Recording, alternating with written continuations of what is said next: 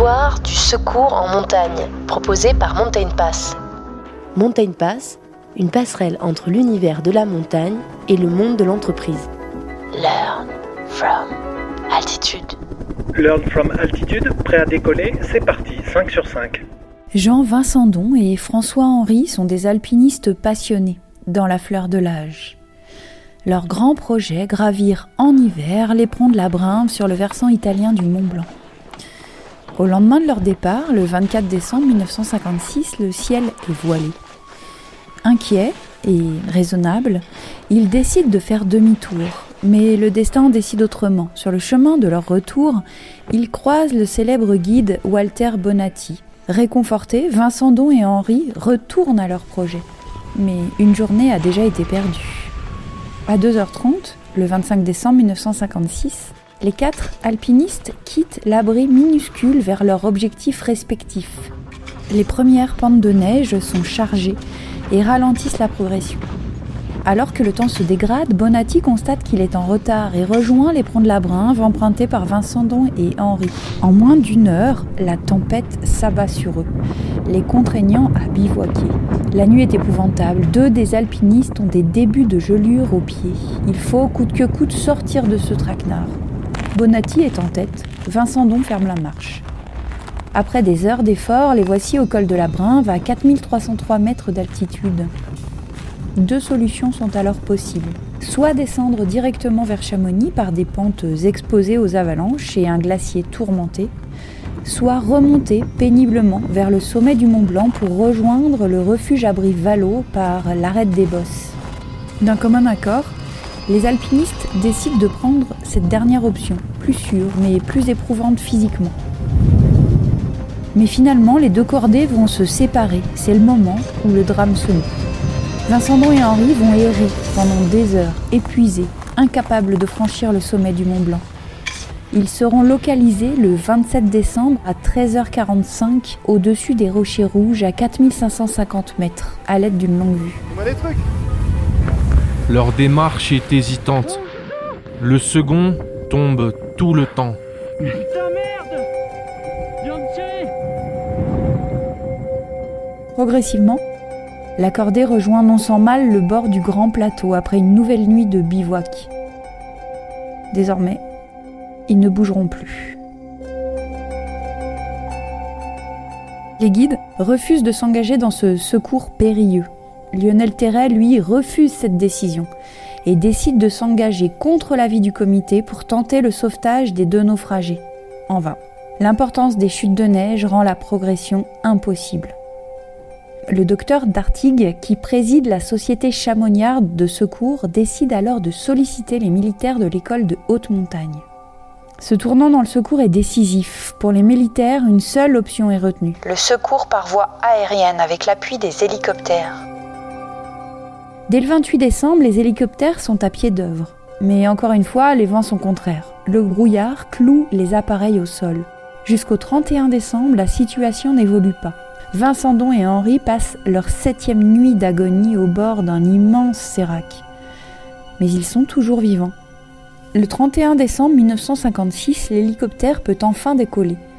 Le commandant Santini est aux commandes et à ses côtés, l'adjudant Blanc, 2 héros d'Indochine qui n'ont aucune expérience du vol en montagne. À leur côté, 2 guides prennent place, Charles Germain et Honoré Bonnet. L'hélicoptère gagne de l'altitude et s'approche du grand plateau. Encore une fois, le destin va s'en mêler. Le commandant Santini tente de se poser directement à côté des alpinistes, mais l'hélicoptère arrive trop vite, la neige l'enveloppe, l'aveugle, et le crash est inévitable. L'appareil fait un cul par-dessus tête, dans un fracas étourdissant. Puis c'est le silence. Les 4 hommes sortent de la machine broyée, indemnes, incroyable, un miracle. Honoré Bonnet s'approche le premier de Vincendon et Henri et leur parle. Avec stupeur et émotion, ils découvrent que leurs jambes sont gelées jusqu'au bas-ventre, ainsi que leurs bras. Une discussion surréaliste s'engage, pleine d'humanité et d'espérance. On fera des ascensions ensemble. Mais le temps presse, la nuit approche. Honoré Bonnet, rejoint par une autre équipe de secours déposée sur le dôme du goûter, décide de remonter le pilote et le mécanicien vers le refuge Vallot pour les mettre à l'abri. Il faut se séparer, promettent de revenir. Vincendon et Henri sont placés dans la carlingue de l'hélicoptère. On reviendra vous chercher. Cette promesse, qui ne sera jamais tenue, pèsera sur les épaules des secouristes toute leur vie durant. La caravane se met en route vers le refuge Vallot, laissant derrière elle les 2 alpinistes abandonnés à leur triste sort. Personne ne reviendra les aider. Leurs corps seront récupérés des mois plus tard. Learn from altitude. Quelle est la leçon de ce secours pour vivre la montagne aujourd'hui ? Blaise Agresti, guide de haute montagne, ancien commandant du peloton de gendarmerie de haute montagne et cofondateur de Mountain Pass. Bonjour Blaise. Bonjour Jessica. Donc, Vincendon et Henri ont espéré pendant 9 jours qu'on vienne les chercher. Pouvez-vous nous dire, Blaise, nous décrire leur itinéraire et nous expliquer comment, à l'époque, s'organisaient les secours dans les années 50 ? Alors on est effectivement à la fin de ce mois de décembre 1956 et donc Vincendon et Henri voulaient gravir le Mont Blanc par le versant italien, par l'éperon de la Brinve. Et ce qui est très particulier dans cette histoire, c'est qu'ils avaient d'abord renoncé. En arrivant au bivouac de la Fourche, donc il y a un petit bivouac qui est perché sur une arête, ils avaient décidé qu'ils n'étaient pas en capacité de faire cette course-là, donc ils font demi-tour. Et là, ce que disent certains des anciens, l'ange du destin vient à leur rencontre dans la personne de Walter Bonatti, qui effectivement, en les croisant, leur donne l'espérance d'avoir un alpiniste aussi célèbre que Walter Bonatti, qui était la grande figure de l'alpinisme italien à ce moment-là, qui lui-même allait dans cette direction. Finalement, ça les a encouragés à refaire demi-tour et à repartir. Donc, il y a déjà cette première rencontre du destin qui est... on sent bien qu'on est sur cette arête, sur ce fil étroit de la décision. Est-ce que j'y vais pas ? Et ça, c'est quand même le dilemme qu'on retrouve dans toute l'histoire de l'alpinisme. Est-ce que j'y vais ou est-ce que j'y vais pas ? Faire le bon choix ? Effectivement, c'est la question fondamentale que tout alpiniste se pose finalement toute sa carrière. Là, Vincendon et Henri avaient déjà fait le bon choix. Ils avaient renoncé. Et ça rend cette histoire encore plus cruelle parce que leur perception de la situation de la montagne, de leurs conditions physiques, les avait encouragés à ne pas y aller. Et c'est simplement ce halo incroyable de la personnalité de Walter Bonatti qui les encourage. Et ça dit une chose toute simple. C'est qu'il faut jamais faire ses choix par rapport aux autres en montagne. Il faut toujours s'écouter, évidemment, écouter son compagnon de cordée, mais certainement pas faire comme les autres. Ne pas suivre une trace, ne pas se laisser embarquer par une impression de facilité que d'autres pourraient donner en y allant eux-mêmes.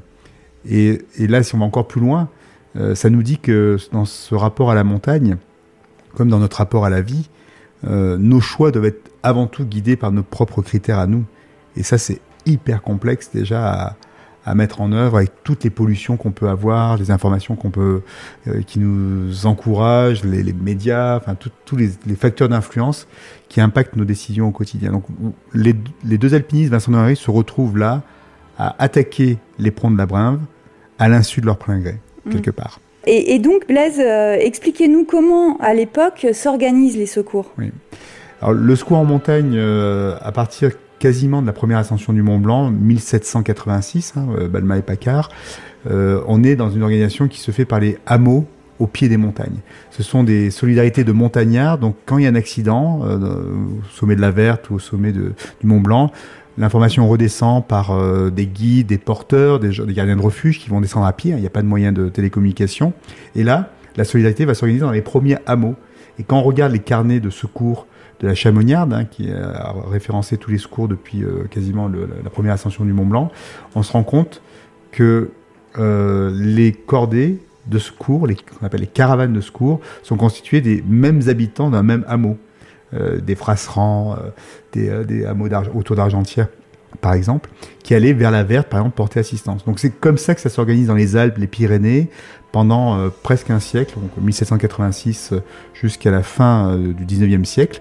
Et là va émerger le début du commencement d'une société de secours qui est créée pour la première fois dans le Salève, à côté de Genève, alors pour d'autres raisons qu'on pourra peut-être expliquer plus tard, mais cette première société commence à organiser et à structurer. Donc c'est autour de ces comités de secours en montagne qui, à partir de 1897, progressivement dans les Alpes, dans les années 20 à Chamonix, dans les années 30 à Grenoble, dans les années 30 aussi dans les Pyrénées, va se constituer des petits comités qui vont acheter du matériel, commencer à réfléchir sur des solutions techniques et qui coordonnent petit à petit les opérations de secours. Mais ce sont principalement des bénévoles ou des guides, des villages, des hameaux, qui vont porter assistance en caravane à pied avant que l'hélicoptère n'arrive. Donc ça, c'est le modèle qui va durer pendant 1 siècle et demi. D'accord. Et donc finalement, quand Vincent Don et Henri ont eu besoin de secours, ce jour-là, qui est parti ? L'histoire de Vincent et Henri, elle a lieu dans cette vallée de Chamonix, très particulière, parce qu'on a une concentration de guides à nul autre pareil. Dans les années 50, il y a déjà une école nationale qui forme les guides, il y a une école militaire qui a été créée dans les années 30, il y a la compagnie des guides. Donc on a 3 organisations qui se répartissent au fil de l'année les opérations de secours. Donc dans les années 50, c'est de temps en temps la compagnie des guides, de temps en temps l'école des guides, ou l'école militaire qui assure à tour de rôle et qui se répartit, et parfois qui s'entraide aussi. Donc c'est qui est disponible ? C'est à tour de rôle. C'est déjà un tour de rôle qui est organisé dans les années 50. Et la semaine de Noël 56, c'est à la compagnie des guides de faire le secours. Mais ce qui est important aussi de remettre en contexte, c'est que l'été d'avant, la compagnie des guides avait déjà interpellé le sous-préfet de Bonneville en lui disant que eux, vu l'intensité de l'activité en montagne, ils n'étaient plus en capacité d'assurer la mission de secours, qui était faiblement rémunérée, parce que c'était juste les frais occasionnés par le secours.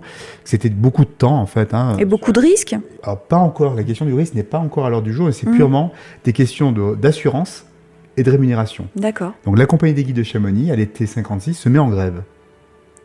Premier, on va dire, signal faible de cette histoire Vincent Henri. Donc, ils disent, nous, on n'est plus en capacité de l'assurer. Ils interpellent l'État. Et donc, quand on se retrouve en décembre, donc quelques mois après, avec l'accident de Vincent Henri, enfin, leur disparition dans le Mont Blanc, la compagnie émet un communiqué de presse. Donc, au moment où Vincent et Henri disparaissent, 1 ou 2 jours après, la compagnie publie un communiqué de presse en disant « Des alpinistes qu'ils engagent en plein hiver ne pourront compter que sur leur propre secours. » Donc, la compagnie se désengage complètement en disant « Nous, si des alpinistes comme Vincent et Henri ont un pépin en plein hiver, c'est comme en Himalaya, vous vous débrouillez. » Donc, c'est pour ça que la compagnie des guides ne part pas en mission de secours. Donc il y a plusieurs jours comme ça où il va y avoir un débat à l'intérieur de la compagnie des guides, et notamment Lionel Terré va s'opposer à cette décision et va constituer lui-même une caravane à pied pour essayer de tenter de monter par le grand plateau, refuge des Grands Mulets, monter à pied. Ils vont se faire repousser par les importantes chutes de neige, les difficultés techniques, etc. Mais ils vont tenter quand même quelque chose, mais de manière en opposition avec le comité de la compagnie qui avait lui pris une position plus large. Donc il y a déjà, dans l'histoire de Vincent Henri, il y a une deuxième dimension, après celle du renoncement, de la décision, c'est celle de, finalement, ils viennent dans un contexte très peu favorable, parce que quelques années avant, ils auraient été secourus, quelques années après, ils auraient été secourus, mais là, il y a une espèce de blocage lié à une posture de la compagnie des guides qui est liée à un contexte, là aussi, où ils n'étaient plus en capacité d'assumer la mission pour des raisons à la fois d'assurance, de moyens, etc. Oui, puis à l'époque, il n'y avait pas d'hélicoptère. Alors, c'est là où on va avoir finalement recours à ce moyen-là en ultime recours, finalement, comme les guides ne s'engagent pas totalement, que la pression monte avec les médias qui sont présents à Chamonix, parce que Vincent Henri, on est au bout de 6, 7, 8, 9 jours de disparition, et là ils réapparaissent. C'est ce qu'il faut quand même mentionner, c'est qu'au bout du 9e jour, Vincent et Henri apparaissent sur une barre de sérac à la vue de tout Chamonix, vivants. Toujours titubants, un debout, un à genoux, a priori à la longue vue. Les gendarmes de la brigade de Chamonix les observent, le gendarme Pelin, il y a tout un tas de gens qui les observent, et en fait les médias commencent à dire pourquoi vous voulez les abandonner là-haut, ces jeunes alpinistes. Il faut faire quelque chose. Donc la pression monte localement, le maire, le sous-préfet, et on décide de se retourner vers l'armée, et l'armée dit, voilà, nous, on va pas y aller à pied, la caravane de Lionel Terré a essayé à pied, ça n'a pas fonctionné, donc la seule solution, c'est d'engager un hélicoptère. Qui va finalement se crasher.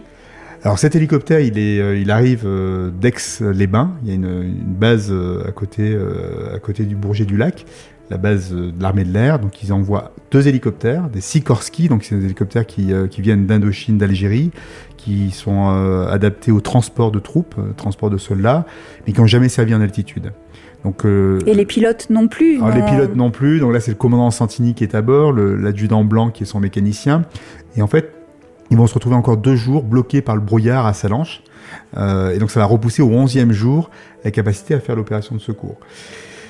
Et à ce moment-là, la pression, elle est maximale. Donc le pilote, il se retrouve avec une attente énorme sur ses épaules parce qu'effectivement, tout le monde espère qu'il va pouvoir faire le secours. La pression médiatique, des autorités, militaires, civiles, etc.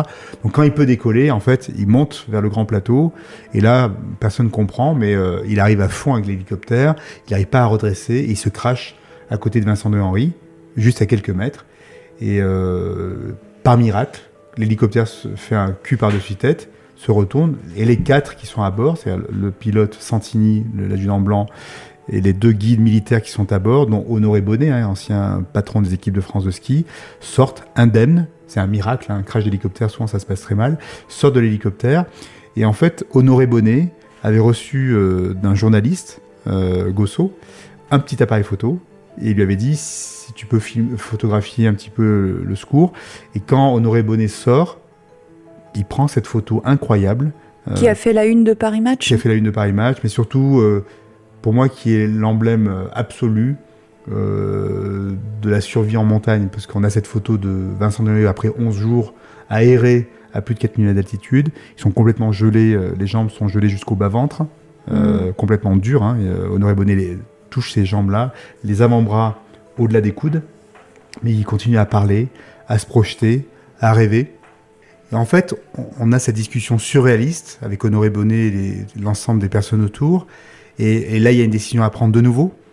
Qu'est-ce qu'on fait ? On a 2 pilotes, enfin un pilote, un mécanicien qui sont en tenue de vol à plus de 4000, on est dans l'après-midi. En mocassin. Voilà, quasiment.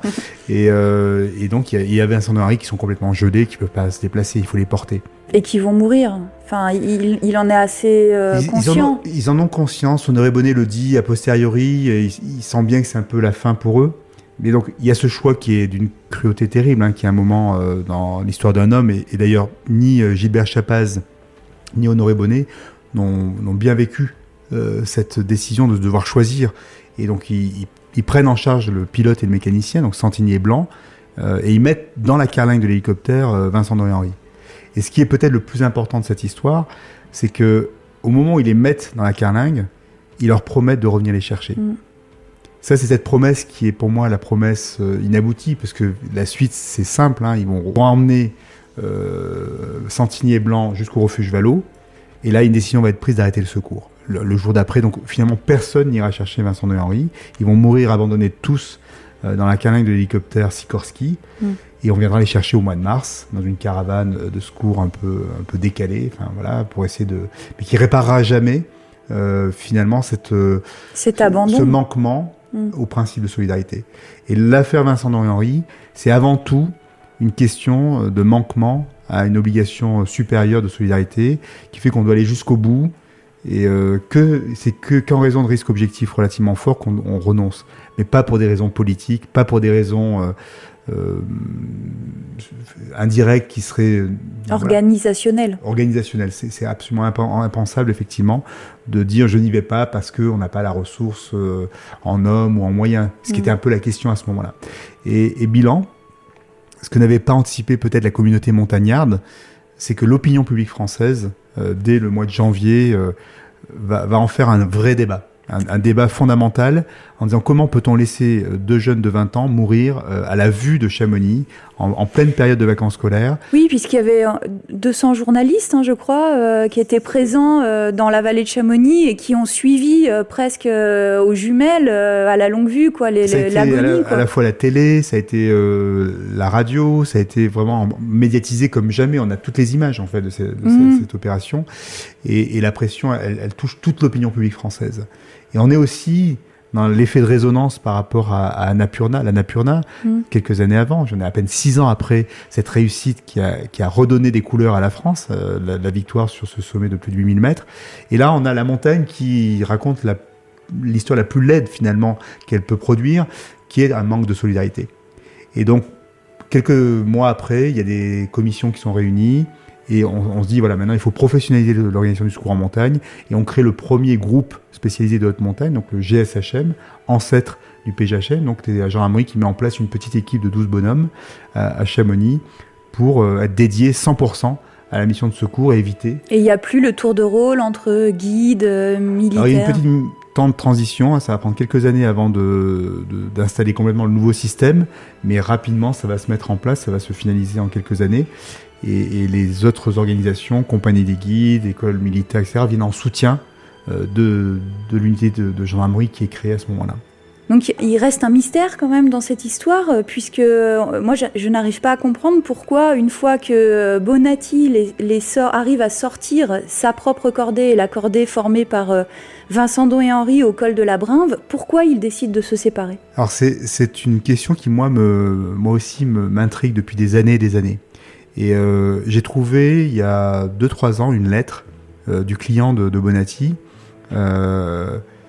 qui en parle en fait de ce moment-là et qui lui-même n'a pas totalement compris. Et ça fait peut-être partie des seules tâches au palmarès de Bonatti qui est un peu inexcusable peut-être quand on est assis au chaud, etc. Mais qu'on doit remettre en contexte des années 50 où lui il est guide, il a son client. Il a déjà aidé Vincent Don et Henri à sortir. Est-ce qu'il y a eu une éclaircie au col de la Brinve qui fait qu'ils ont cru qu'ils n'allaient pas être dans le brouillard et que chacun reprenait son rythme et ils se sont reséparés, mais je ne pense pas qu'il y ait eu l'intention de la part de Bonatti d'abandonner Vincent Don et Henri. C'est juste qu'ils ont décidé de se reséparer, de marcher à leur rythme. En revanche, ils avaient tous convenu qu'ils passeraient par le sommet du Mont Blanc et non pas par les pentes qui vont vers les corridors et le grand plateau, repasser par le sommet du Mont Blanc pour aller au refuge Vallot. Et cette décision, elle a toujours été validée historiquement, entre guillemets. Tout le monde n'a jamais personne n'a remis en question ce choix qui a été fait et partagé avec Vincent Don et Henri. En revanche, les cordées se séparent. Bonatti va arriver jusqu'au sommet du Mont Blanc et descendre à Vallot. Et c'est là où on perd la cordée Vincent Don et Henri. Et on pourrait réécrire l'histoire en disant, mais si Bonatti avait gardé le contrôle de la cordée, les avait gardés en cordée, Vincent Don et Henri n'aurait pas été du tout en difficulté, probablement. Donc c'est sûr que ça fait partie à la fois des mystères et la lettre du client qui a été publiée il n'y a pas très longtemps laisse penser quand même que ça reste un moment difficile à assumer a posteriori pour Bonatti et même son client d'ailleurs qui en a parlé parce qu'ils ont eu ce sentiment de culpabilité. Merci Blaise. Merci. Learn from Altitude, un podcast produit par Mountain Pass et réalisé par Globule Radio. Scénario, Jessica Compois. Mixage, Kirstine Mackenzie. À découvrir. L'ouvrage illustré, Une histoire du secours en montagne, imprimé aux éditions Glénat.